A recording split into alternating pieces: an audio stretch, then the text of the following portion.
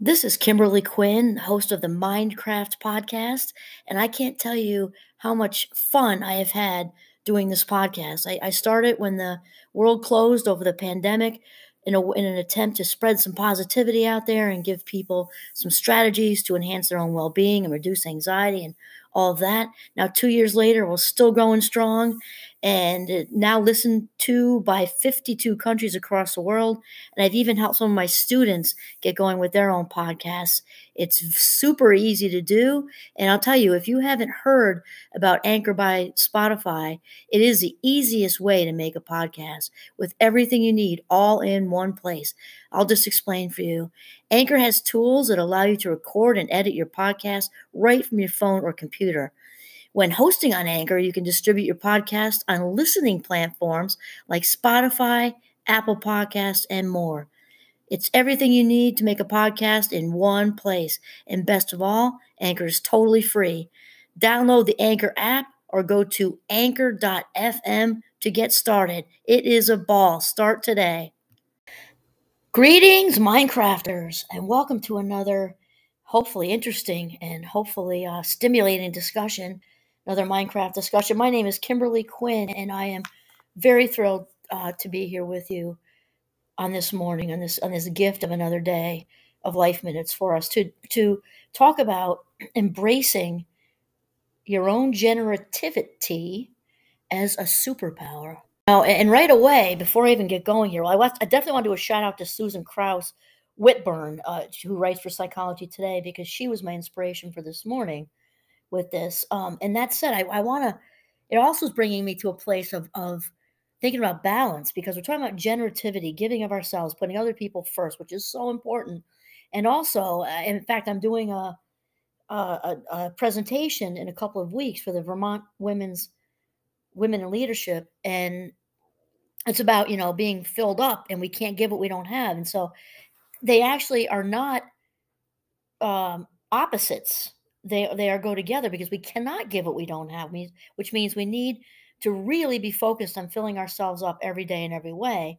And that said, we're not talking, when we do that, we're talking about filling ourselves up authentically, also, so that we are also able to give to other people without being depleted ourselves. It's kind of like we're channeling all this energy and love and kindness kind of thing.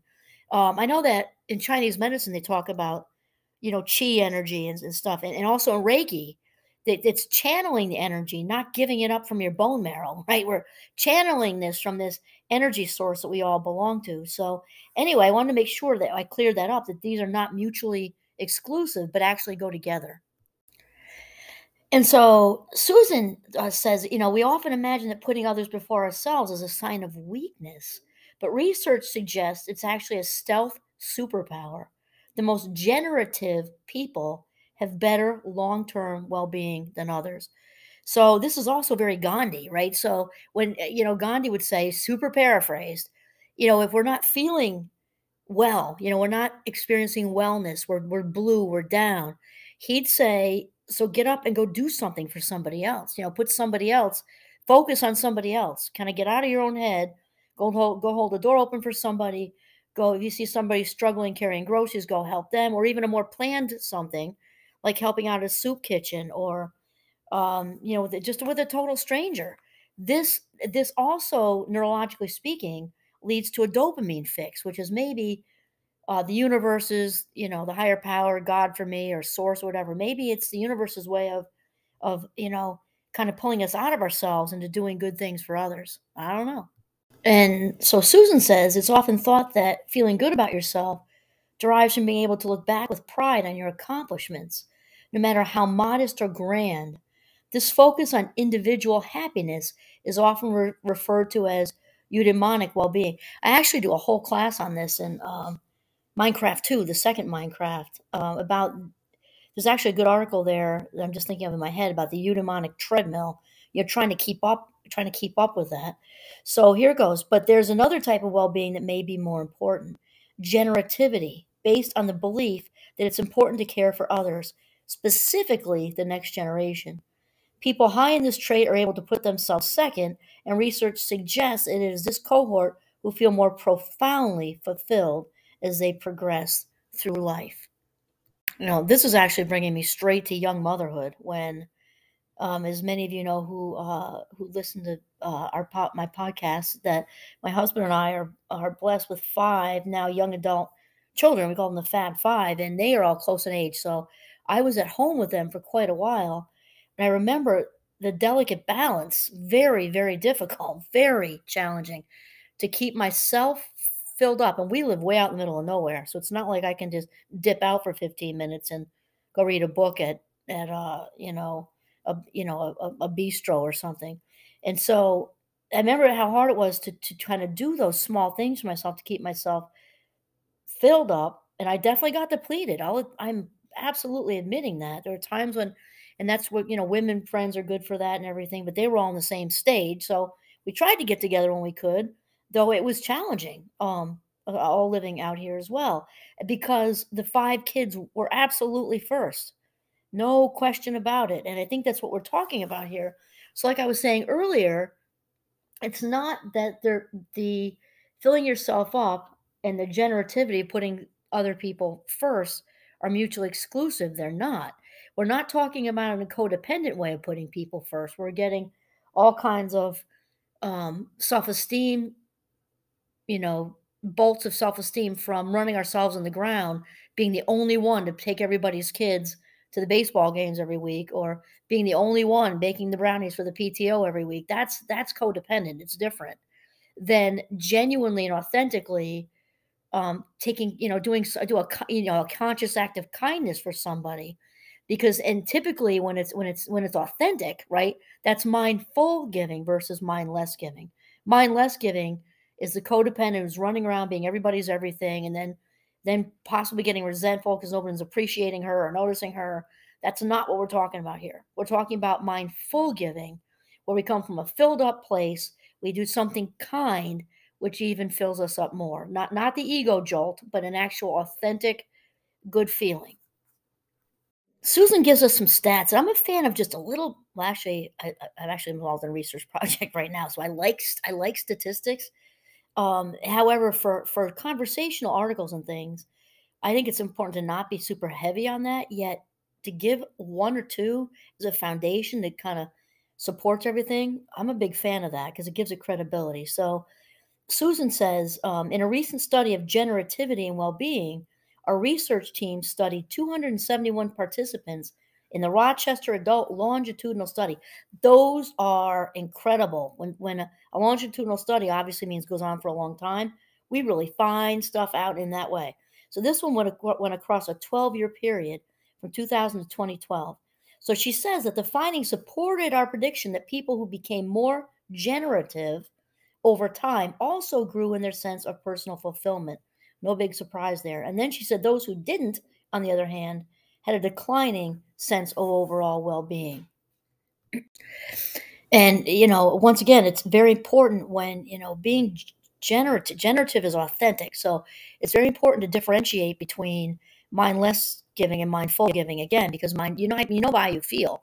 And of course, there's a dopamine fix when we do something nice for someone, though mindful giving, you'll have this authentic, you won't feel depleted. You'll feel filled up, not in the ego way, because that will pass rather quickly, but just, and the main thing is you won't feel drained. Somebody, again, who's running around people pleasing all over the place and rescuing, they get drained, resentful, they're not noticed. The authentic self doesn't need any of that because she feels whole and complete. Not that we don't enjoy feeling, hearing nice things and people liking us, but the person who's authentically giving doesn't need that. She can keep cranking along, doing good things for people without feeling depleted, resentful, and unnoticed.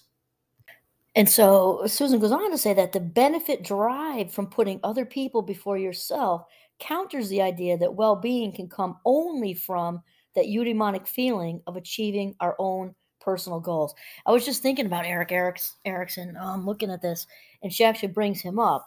And of course, he's a developmental psychologist from back in the fifth, I want to say 50s. I could be wrong about that one, but Eric Erickson, anyway, had his 8 stages, which I've actually taught before in a developmental class, and he's spot on accurate. Obviously, things get outdated, as time goes by, but he's still got. I think he really has. He's left his mark as far as we kind of graduate from one phase to the next. So it's interesting because he has one. Eric Erickson has one.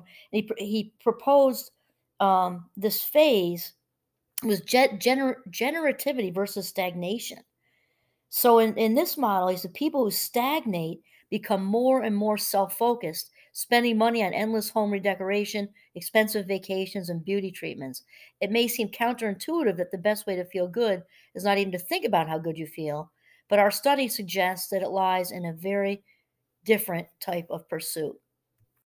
So yeah, so very cool. That was inspired by Susan Krauss Whitborn today, Rates for Psychology Today, as far as generativity as a superpower. And I very much was, I guess not surprised, but I guess I was a little. I mean, just it was also just like appeared in the article to see that she had brought Eric Erickson in because he's an oldie but a goodie, I guess you say, right? From a long time ago. And again, they all eventually get a little bit outdated, but she is right when talking about his stage of generativity versus stagnation. And people in their later years, reflect back and like, did I make my mark? Was it did I make a difference? And can I still make a difference, right? And do something. And it really does matter because when people are not out there doing good things for other people, according to Eric Erickson and also Susan Krauss Whitborn, they get stagnant. And when I think of the word stagnant, well, I guess because we're out in Vermont, maybe I think of a pond with all kinds of goop and sloppy, muddy, snapping turtles, probably some leeches. That's right, and smells. Stagnant just makes me think of lack of growth. And with the pond thing, my visual, I think of it's not just lack of growth, but like smells like just no signs of life, like no fresh water running through, no fresh life running through. And I don't know, for me, that isn't any kind of way I'd want to land in my later years. And so we've all got it in us, right? We're all energy sources wearing different outfits, spiritual beings having a human experience. So embrace your generativity as a superpower. Get out there and do stuff for people, and it just will not only help them, but it's a direct, you know, augment on our own